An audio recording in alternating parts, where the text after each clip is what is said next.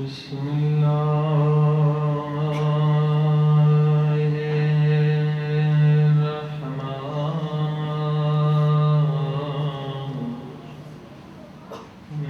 الرحيم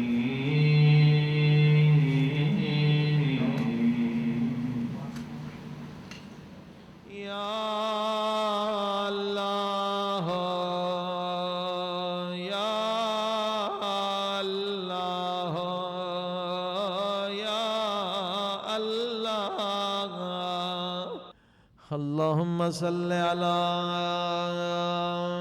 محمد وآل محمد وعجل فرجهم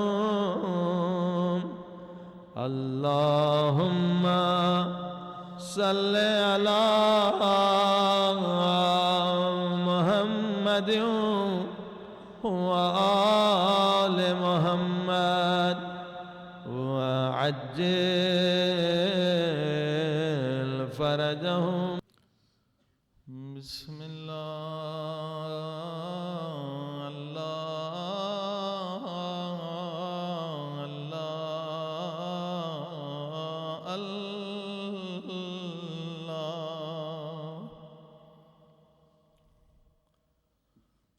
الرحمن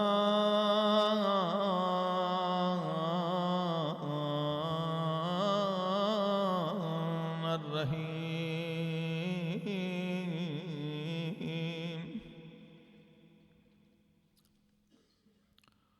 وہ خدا رحمان بھی ہے، وہ خدا بڑا رحیم بھی ہے۔ الم یعلم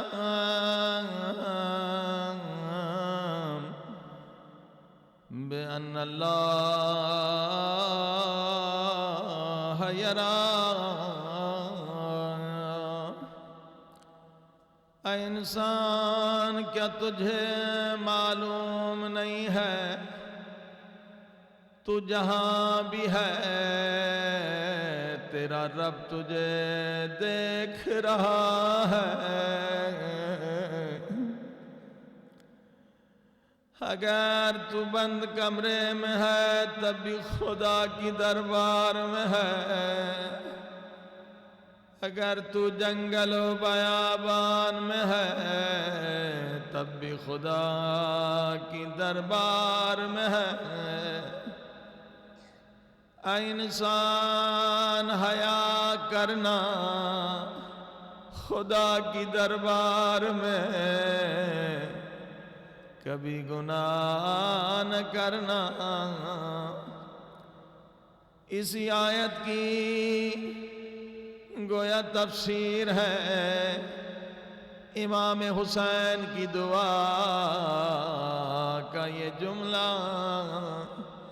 دعائے عرفہ میں فرماتے ہیں امیت عین لا تراک علیہا رقیبا، اندھی ہے وہ آنکھ۔ امام حسین کیا معرفت کا جملہ، اندھی ہے وہ آنکھ جو خود کو خدا کی دربار میں نہ سمجھے۔ اے انسان تو ہر وقت خدا کی دربار میں، یہ اس خدا کا کرم ہے۔ تو گناہ کرتا رہتا ہے، وہ خدا صبر کرتا رہتا ہے۔ انسان گناہگار جب گناہ کے پیچھے گناہ کرتا، یہ زمین جو خدا کی عاشق ہے وہ یہ نہ سمجھے یہ زمین بے شعور ہے۔ قرآن فرماتا یسبح للہ ما فی السماوات و ما فی الارض، یہ زمین بھی اللہ کی تسبیح کرتی، یہ باشعور ہے مگر تمہیں علم نہیں، جب انسان گناہ کے پیچھے گناہ کرتا ہے یہ زمین فریاد بلند کرتی ہے، کہتی ہے میرے اللہ اس بندے کے گناہوں سے میں تھک گئی ہوں، تیرا ہی نمک کھا رہا ہے اور تیری ہی دربار میں گناہ کر رہا ہے، اے خدا مجھے اجازت دے میں اسے نگل جاؤں اور اسے اتنا دباؤں اس کی ہڈیوں کو سرمے میں بدل دوں، مگر خدا فرماتا ہے نہیں زمین تجھے اجازت نہیں، انتظار کر، میں بھی انتظار کر رہا ہوں۔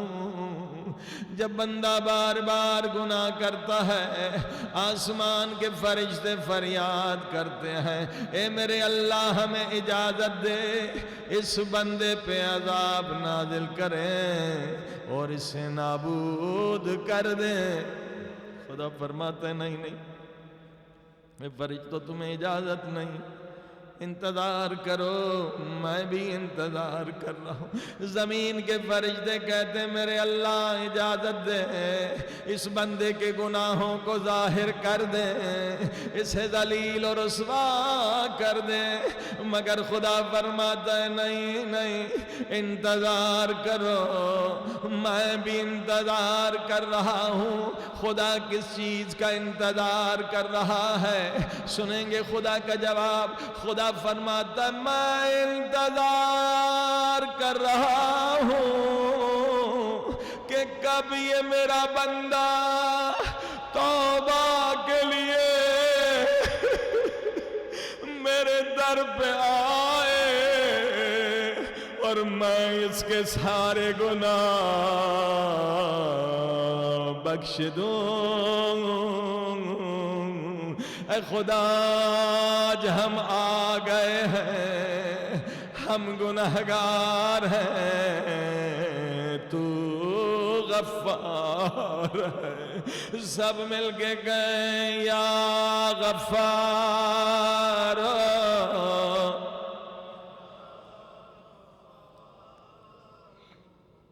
یا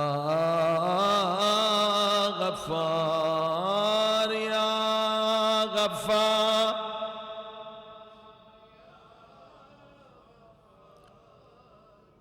یا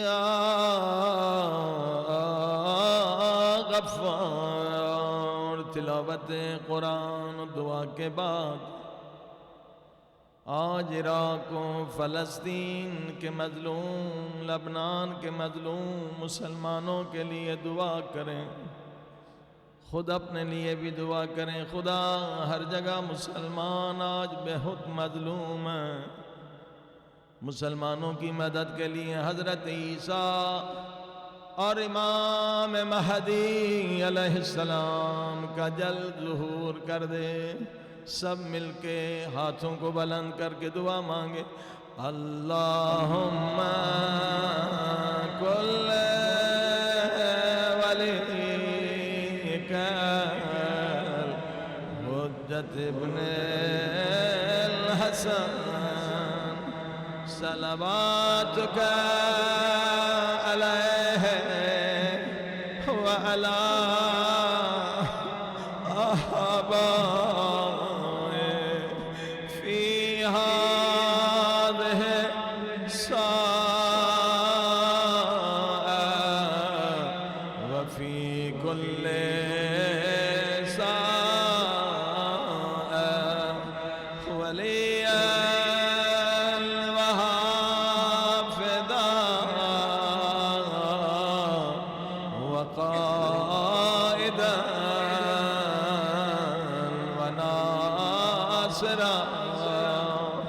ودليلا وعينا حتى تسكنه أرضك طوعا وتمتعه فيها طويلا برحمتک یا ارحم الراحمین. صلوات.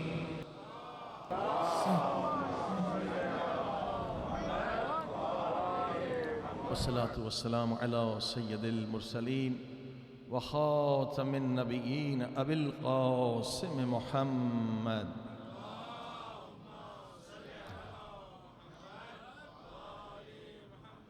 وآلہ الطیبین الطاہرین المعصومین. اما بعد. بسم اللہ الرحمن الرحیم. یوم ندعو کل اناس بامامہم. صلوات.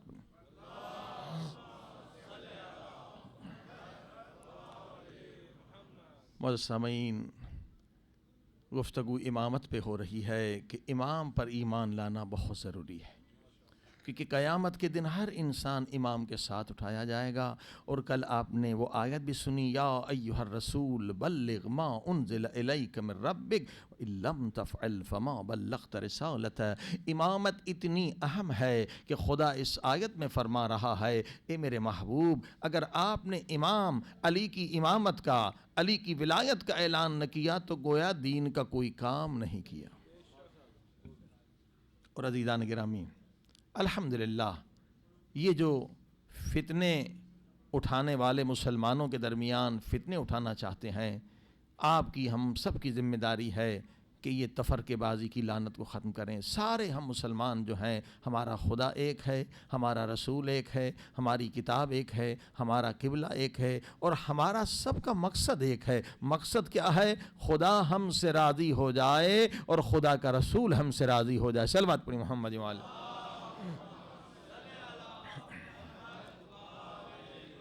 لہٰذا یہ غلط جھوٹا پروپیگنڈا ہے شیعوں کے بارے میں بھی، سنیوں کے بارے میں بھی، کہ شیعہ اصحاب کو نہیں مانتے. ہر روز ہم اعلان کر رہے ہیں، جن پیارے پیارے صحابیوں نے اپنی جانوں کو فدا کیا، اپنے مال کو فدا کیا، اپنی اولاد کو فدا کیا، ہم ان کے قدموں کی خاک چومنے کے لیے تیار ہیں. ہم شیعہ سارے اصحاب کا جو باوفا صحابی ہیں، جو قربانیاں دینے والے صحابی ہیں، کون شیعہ ہے جو انہیں نہ مانے؟ اور اسی طرح سے یہ بھی غلط ہے کہ اہل سنت جو ہیں وہ اہل بیت کو نہیں مانتے. یہ بھی غلط، یہ ورگلایا جاتا ہے، جھوٹا پروپیگنڈا کیا جاتا ہے. ہمارے سارے اہل سنت کے مسلمان بھی اسی طرح سے اہل بیت سے عشق رکھتے ہیں جس طرح سے آپ رکھتے ہیں. صلوات پڑھی محمد وآلہ میں.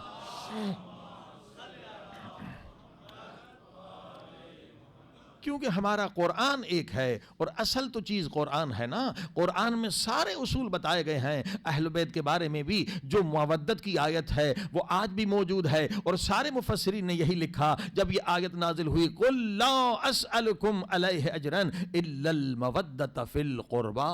سورہ شورى کی یہ 23ویں آیت جب نازل ہوئی تو کیوں نازل ہوئی؟ اس لیے کہ لوگ آئے، رسول خدا کے پاس آئے، اللہ کے رسول، ہم تو حیوانوں کی طرح زندگی بسر کرنے والے تھے، ہم تو بیٹیوں کو زندہ دفن کرتے تھے، ہم تو چھوٹی چھوٹی باتوں پر سالوں سال لڑتے رہتے تھے. آپ نے ہم پر احسان کیا، ہم تو بت پرست تھے، آپ نے ہمیں خدا پرست بنا دیا. ہم تو بڑے ظالم تھے، آپ نے ہمیں رحم دل بنا دیا. ہم تو وحشی تھے، آپ نے ہمیں انسان بنا دیا. ہم کس طرح سے شکریہ ادا کریں؟ کوئی پیسے لے کر آیا، کوئی سونا لے کر آیا، کوئی زمین دینا چاہتا تھا، کوئی باغ دینا چاہتا تھا، مگر رسول خدا خاموش ہیں، اللہ کی وحی کا انتظار کر رہے ہیں، سب اجر دینا چاہتے ہیں. یا یہ آیت نازل ہوئی، قل، میرے محبوب ان سے کہہ دو، لا اسألکم علیہ اجرن، جو میں نے زحمت اٹھائی ہے، جو میں نے پتھر کھائے ہیں، جو میں نے تمام تکالیف برداشت کی ہیں، کوئی تم سے اجر اس کا نہیں، کوئی پیسہ نہیں لوں گا، کوئی زمین نہیں لوں گا. کیا اجر ہے؟ الا المودۃ فی القربا، میرے قرابت داروں سے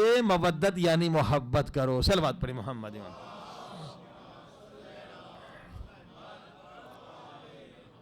یہ آپ پروجیکٹر پہ آیت دیکھ رہے ہیں، سورہ شورى کی آیت کی تفسیر اہل سنت کی سب سے بڑی تفسیر کبیر ہے. فخر الدین رازی نے لکھا، اس آیت سے مراد کون ہے؟ حضرت علی، فاطمہ زہرا اور ان کے 2 بچے. صلوات پڑھی محمد وآلہ محمد.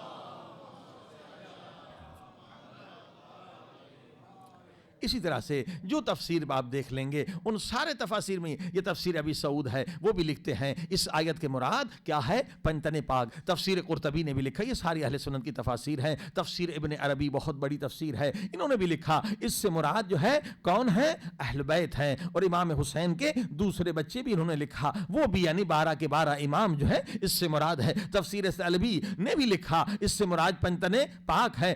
تفسیر جلال الدین سیوطی نے تفسیر در منصور میں لکھا اس آیت سے مراد کون ہے, پنجتن پاک ہے. اب آپ نے دیکھا کہ اہل بیت کو صرف ہم نہیں مانتے بلکہ سارے مسلمان مانتے ہیں. جیسے آپ عشق کرتے ہیں ویسے سارے مسلمان عشق کرتے ہیں, کیونکہ قرآن کی آیت ہے. تفسیر کشاف نے بھی لکھا یہ اجر رسالت ہے کہ ان سے مودت کی جائے, یہ اجر رسالت ہے. لہذا کون مسلمان ہوگا جو اہل بیت سے محبت نہ کرے؟ سارے الحمدللہ مسلمان اہل بیت سے محبت کرتے ہیں. لہذا یہ غلط فہمی دور ہونی چاہیے. صلوات پڑھیں محمد و آل محمد.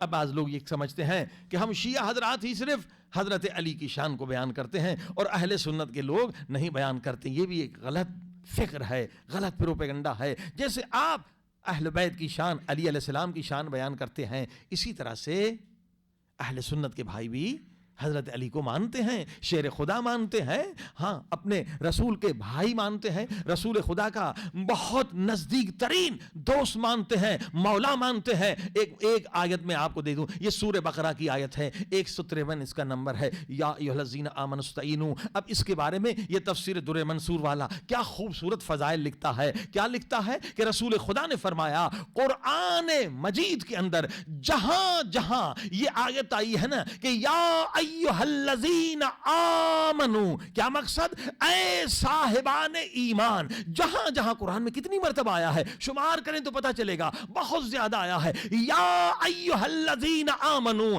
اے صاحبان ایمان. تفسیر ابن کثیر بھی لکھتے ہیں, ساری تفاسیر لکھتے ہیں کہ جہاں جہاں قرآن میں یا ایھا الذین آمنوا آیا ہے نا تو وہاں اس سے رسول خدا نے کیا فرمایا, جہاں آیا ہے اے صاحبان ایمان وہاں علی ان کے سید بھی ہے اور ان کے امیر بھی ہے اور ان کے شریف بھی ہیں.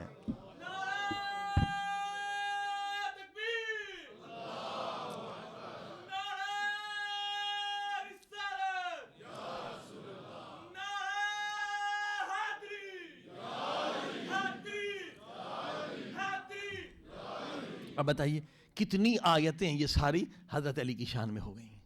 یہ کنز المال اہل سنت کی کتاب ہے, فیض القدیر اہل سنت کی کتاب ہے, حیلۃ الاولیاء اہل سنت کی کتاب. ساری کتابیں دیکھتے چلے جائیے, تاریخ کی ہو, حدیث کی ہو, تفسیر کی ہو, سب نے اسے لکھا ہے. کیا لکھا ہے کہ یہ آیت جو ہے یہ کس کی شان میں ہے, حضرت علی علیہ السلام کی شان میں ہے. امام احمد حنبل نے بھی اسی طرح سے لکھا, بڑے بڑے امام جو ان کے ہیں انہوں بھی تسلیم کرتے ہیں, حضرت علی کو سب مانتے ہیں. یہ دشمن ہے جو ہمیں لڑانا چاہتا ہے اور اس کا نتیجہ یہ ہے کہ دشمن کامیاب ہو گیا اور مسلمان دنیا میں ضعیف اور ذلیل ہو گئے. عزیزان گرامی, اسی لیے میں نے عرض کیا کل جو آیت تھی بہت اہم تھی کہ جس کے اندر ضد ہے اور جس کے اندر بغض ہے, چاہے پوری زندگی نمازی رہے, پوری زندگی عزادار رہے. قرآن کی آیت ہے سأل سائل بعذاب واقع للکافرین, پوری زندگی نمازی تھا, پوری زندگی وہ نمازیں پڑھتا تھا, روزہ رکھتا تھا, قرآن پڑھتا تھا, جنگوں میں جاتا تھا, جہاد کرتا تھا, مگر آخر قرآن کہتا ہے کافر ہو کے مرا. کیوں؟ اس لیے اس کے اندر بغض ہے اور اس کے اندر ضد ہے. بغض اور ضد کی نجاست کو نکالنا واجب ہے, ورنہ موت جو ہے ایمان پر نہیں ہوگی. وَلَا تَمُوتُنَّ إِلَّا وَأَنْتُمْ مُسْلِمُونَ. اور یہ بغض کا بیج اور جہالت کا بیج جو ہے نا, یہ پاکستان انڈیا میں بہت زیادہ ہے. یعنی برصغیر میں دنیا میں دیکھیں گے بغض اور ضد والے آپ کو یا پاکستان ہندوستان میں زیادہ ملیں گے یا عرب ممالک میں زیادہ ملیں گے. صلوات پڑھی محمد و آل محمد. چھوٹی چھوٹی چیزوں پر ضد کرنا, چھوٹی چھوٹی چیزوں پر بغض کرنا اور لڑنا, یہ سب وہی جہالت ابو جہل کی جہالت آج بھی بہت سارے عربوں میں پائی جاتی ہے کہ حق کو تسلیم نہیں کرتے, دلیل کو نہیں مانتے. وہی حالت جو ہمارے پاکستان ہندوستان کا ہے, چھوٹی چھوٹی چیزوں پر لڑتے رہتے ہیں, جھگڑتے رہتے ہیں. فائدہ کس کو ہوتا ہے؟ شیطان کو ہوتا ہے اور شیطان والوں کو ہوتا ہے. صلوات پڑھی محمد و آل محمد. اور عزیزان گرامی, اصل کیا ہے, میں نے عرض کیا کہ دو خطرناک فرقے ہیں جو انڈر گراؤنڈ چلے گئے اور دونوں کو حضرت علی علیہ السلام نے قتل کیا. ایک خارجی جو حضرت علی سے بغض رکھتے ہیں, جو علی سے بغض رکھے وہ منافق ہے. قرآن کی آیت اہل سنت نے سب نے لکھا اور ابھی آپ سنیں گے رسول خدا نے کہا علی منی وانا منہ، علی مجھ سے ہے اور میں علی سے ہوں، جو علی سے بغض رکھتا ہے وہ مجھ سے بغض رکھتا ہے، جو علی سے محبت رکھتا ہے وہ مجھ سے محبت رکھتا ہے۔ بہت ساری احادیث ہیں جو انشاءاللہ ٹیلی ویژن پر سارے ریفرنس آتے چلے جائیں گے کہ رسول خدا نے فرمایا جو علی سے بغض رکھتا ہے یا علی کو جو برا بھلا کہتا ہے وہ اسلام سے خارج ہو جاتا ہے۔ یہ خارجی اسی لیے کہتے ہیں کہ اسلام سے خارج ہیں، علی علیہ السلام کو یہ برا بھلا کہتے ہیں۔ اور دوسرا فرقہ کون سا ہے؟ دوسرا فرقہ نصیری ہے، جو علی کو خدا مانتے ہیں، وہ بھی شرک کرتے ہیں، وہ بھی اسی طرح سے نجس ہیں۔ اور یہ دونوں فرقے کیا کرتے ہیں؟ نصیری شیعوں میں گھس کے آ جاتے ہیں، خارجی سنیوں میں۔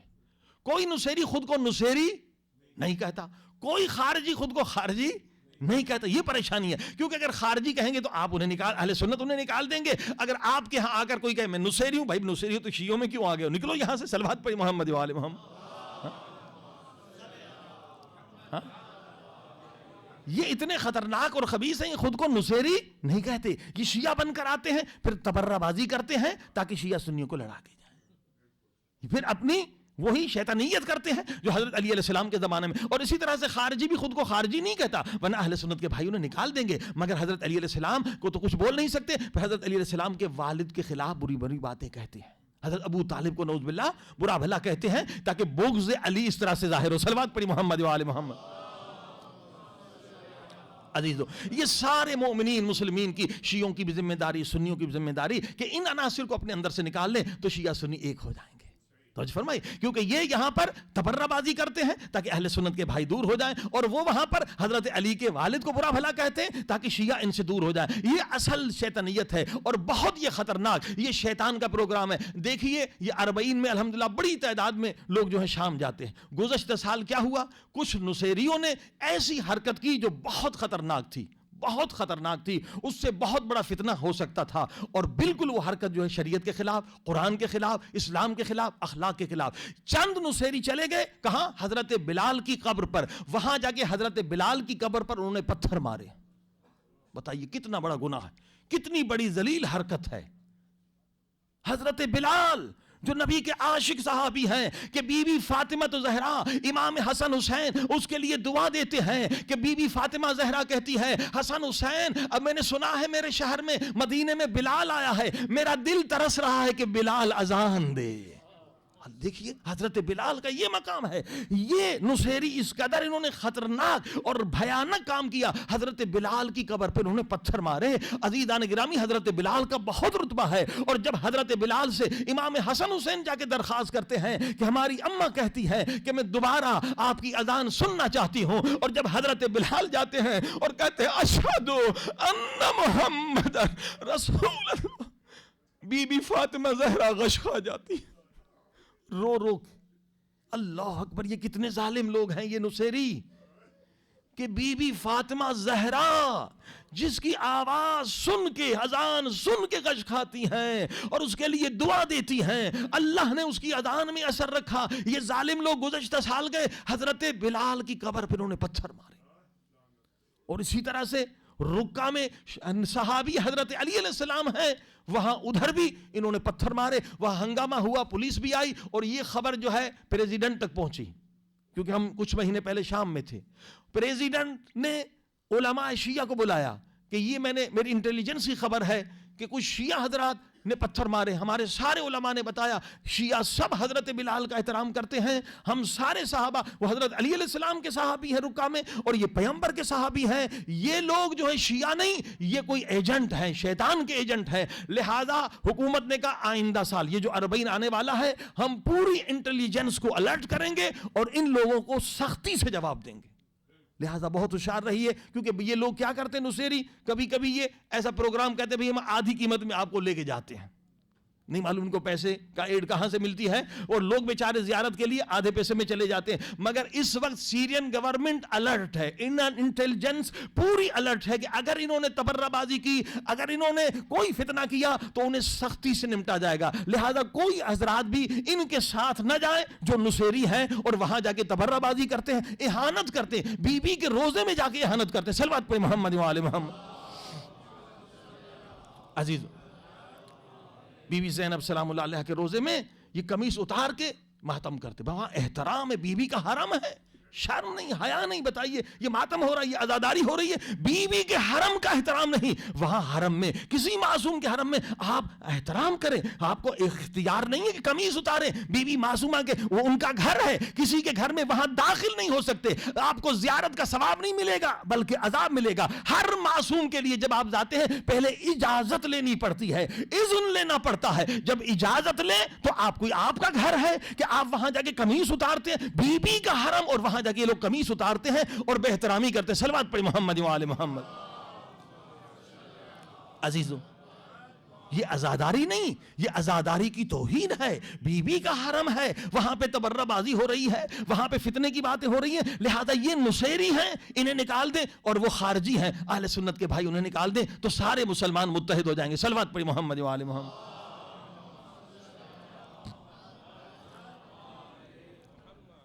لہذا ہم سب انتظار میں ہیں کہ حضرت عیسیٰ علیہ السلام آ جائیں، امام مہدی علیہ السلام آ جائیں، دنیا سے یہ مصیبتیں مسلمانوں سے ٹل جائیں۔ آج ہر جگہ مسلمان مارے جا رہے ہیں، لیکن کیوں نہیں آ رہے حضرت مہدی علیہ السلام؟ کیوں نہیں حضرت عیسیٰ علیہ السلام کا ظہور ہوتا؟ کیونکہ ہم ان کی غلامی کے قابل ابھی تک نہیں بنے، ابھی تک ہم دنیا پرستی میں ہیں، ابھی تک ہم نفس پرستی میں ہیں۔ آئیے ہم اس نفس خبیث کو شکست دیں تاکہ ہم اس قابل ہو جائیں کہ امام مہدی علیہ السلام کی زیارت کر سکیں، حضرت عیسیٰ علیہ السلام کی زیارت کر سکیں، اور پوری دنیا میں اسلام ہی اسلام ہوگا، پوری دنیا میں امن ہی امن ہوگا۔ وہ آیتیں سنی کہ حضرت عیسیٰ علیہ السلام کی موت سے پہلے سارے یہودی بھی مومن ہو جائیں گے، عیسائی بھی مومن ہو جائیں گے، دنیا میں ایک نیشن رہے گی، دنیا میں ایک ریلیجن رہے گا۔ صلوات پڑھی محمد و آل محمد۔ اب یہ کون سی طاقت ہے جو ہمیں اچھا مسلمان بننے نہیں دیتی، اچھا مومن بننے نہیں دیتی؟ یہ ہے نفس امارہ۔ قرآن نے، خدا نے خبردار کیا، ان النفس لامارۃ بالسوء الا ما رحم ربی۔ یہ نفس جو ہے، اس کا کام ہے شراب کھانے کی طرف لے جانا، برائی کی طرف لے جانا، اس کا کام ہے تمہیں خبیث بنانا۔ سب سے بڑا دشمن تمہارا کون؟ تمہارا نفس ہے، جو تمہیں مردود بناتا ہے۔ فرعون کو فرعون کس نے بنایا؟ نفس نے بنایا۔ یزید کو یزید کس نے بنایا؟ نفس نے بنایا۔ تو اس نفس کو اگر تم نے شکست نہ دی، تم اگر بے خبر رہے، بہت سارے لوگ بے خبری میں مارے جاتے ہیں۔ اے انسان، یہ جنگ تیرے اندر جاری ہے، ایک لمحے کے لیے جنگ رکتی نہیں ہے۔ نفس گناہ چاہتا ہے، روح عبادت چاہتی ہے، نفس شیطان کی طرف جانا چاہتا ہے اور روح اللہ کی طرف آنا چاہتا ہے۔ نفس تمہیں جہنم کی طرف کھینچتا ہے، معمولی لذتیں دکھا کر، ٹیمپرری لذت دکھا کر تمہیں اللہ کا دشمن بنانا چاہتا ہے، تمہیں نمک حرام بنانا چاہتا ہے، اور یہ روح تمہیں نمک حلال بنانا چاہتا ہے، یہ خدا کی طرف، جنت کی طرف کھینچنا چاہتا ہے۔ دونوں میں جنگ ہے۔ اب اس جنگ میں کیسے کامیاب ہوں گے؟ ہم نے بہت سارے ہتھیار سنا ہے، آج بہت اہم ہتھیار بتا رہے ہیں، قرآنی ہتھیار ہے۔ اے مسلمانوں، تم چاہتے ہو نفس کو شکست دو؟ جی۔ تم چاہتے ہو شیطان کو شکست دو؟ جی۔ تم کامیابی چاہتے ہو؟ ہم چاہتے ہیں۔ ہم نفس پرست بننا نہیں چاہتے، ہم شمر و یزید بننا نہیں چاہتے۔ کیا کریں؟ قرآن نے سورہ مائدہ میں آواز دی، انما ولیکم اللہ والرسول والذین آمنوا الذین یقیمون الصلاۃ ویؤتون الزکاۃ وہم راکعون۔ اے انسانوں، کیا یہ آیت نہیں سنی کہ اللہ کی ولایت کو بھی مان لو، رسول کی ولایت کو بھی مان لو، اور حضرت علی کی ولایت کو بھی مان لو؟ قرآن کہہ رہا ہے یہ ولایت، اگر تو نے زبانی صرف علی ولی اللہ کہا، زبانی اگر محمد رسول اللہ کہا، زبانی اگر لا الہ الا اللہ کہا، تو یہ زبانی کہنا تجھے گناہ سے نہیں بچائے گا، مگر اس ولایت کے نور کو شیطان کے خلاف ہتھیار بنا۔ اب یہ ہتھیار کیسے بنے گا؟ سب ہم کہتے ہیں لا الہ الا اللہ، سب ہم کہتے ہیں محمد رسول اللہ، مومنین کہتے ہیں علی ولی اللہ، لیکن یہ کافی نہیں زبان سے کہنا۔ اسے ہتھیار کب بناؤ گے؟ جب اسے دل میں ڈالو، لا الہ الا اللہ دل میں چلا جائے، محمد رسول اللہ دل میں چلا جائے، علی ولی اللہ دل میں چلا جائے۔ ولایت کی معنی کیا ہے، میننگ کیا ہے؟ یہ عربی کا لفظ ہے ولایت، ولایت علی، ولایت رسول، ولایت خدا۔ خدا سورہ بقرہ میں آیت الکرسی میں فرماتا ہے، اللہ ولی الذین آمنوا یخرجہم من الظلمات الی النور۔ اللہ صاحبان ایمان کا ولی ہے، انہیں گمراہی سے نکال کر نور کی طرف لے کر آتا ہے۔ ولایت کیا ہے؟ ولایت یعنی حکومت۔ کچھ لوگوں پر خدا کی حکومت ہے، اور یہی آیت الکرسی میں خدا کہہ رہا ہے والذین کفروا، اور جو کافر ہیں ان پر خدا کی ولایت نہیں، اس کے اوپر شیطان کی ولایت۔ وہ شیطان کے حکم کو مانتا ہے اس کا ولی شیطان، اور جو خدا کے حکم کو مانتا ہے اس کا ولی خدا، جو رسول کے حکم کو مانتا ہے۔ ولایت یعنی حکومت۔ ہم کس کے حکم کو مان رہے ہیں؟ اگر ہم خدا کے حکم کو مان رہے ہیں تو ہم خدا کی ولایت کے انڈر میں ہیں۔ اگر ہم رسول کی ولایت کو مان رہے ہیں تو رسول کی گورنمنٹ کے اندر ہیں، اس کی حکومت کے اندر ہیں۔ اگر مولا علی کی ولایت کو مان رہے ہیں تو ان کی حکومت کے اندر۔ صلوات پڑھیں محمد وعلہ۔ اب یہ تو سمجھ لیے ولایت ہے، حکومت۔ اب اس کو ہتھیار کیسے بنائیں گے؟ محبت سے۔ یہ مجلسیں کاہے کے لیے ہیں؟ تاکہ محبت خدا ہو۔ مجلسوں کا مقصد کیا ہے؟ محبت پیارے رسول خدا کی محبت بڑھے، حضرت مولا حسین کی محبت بڑھے، اہل بیت کی محبت بڑھے، پیارے پاک نبی کے پیارے صحابیوں کی محبت بڑھے، اولیاء خدا کی محبت بڑھے، کربلا والوں کی محبت بڑھے۔ یہی تو مقصد ہے نا، یہ محبت بڑھے۔ اب اگر محبت بڑھ گئی تو کیا ہوگا؟ اب ولایت ہتھیار بن سکتا ہے۔ اگر محبت نہیں ہے، یہ مودت بھی اسی لیے قل لا اسألکم علیہ اجرا الا المودۃ فی القربى، جب محبت، وہ محبت جو سب سے زیادہ ہو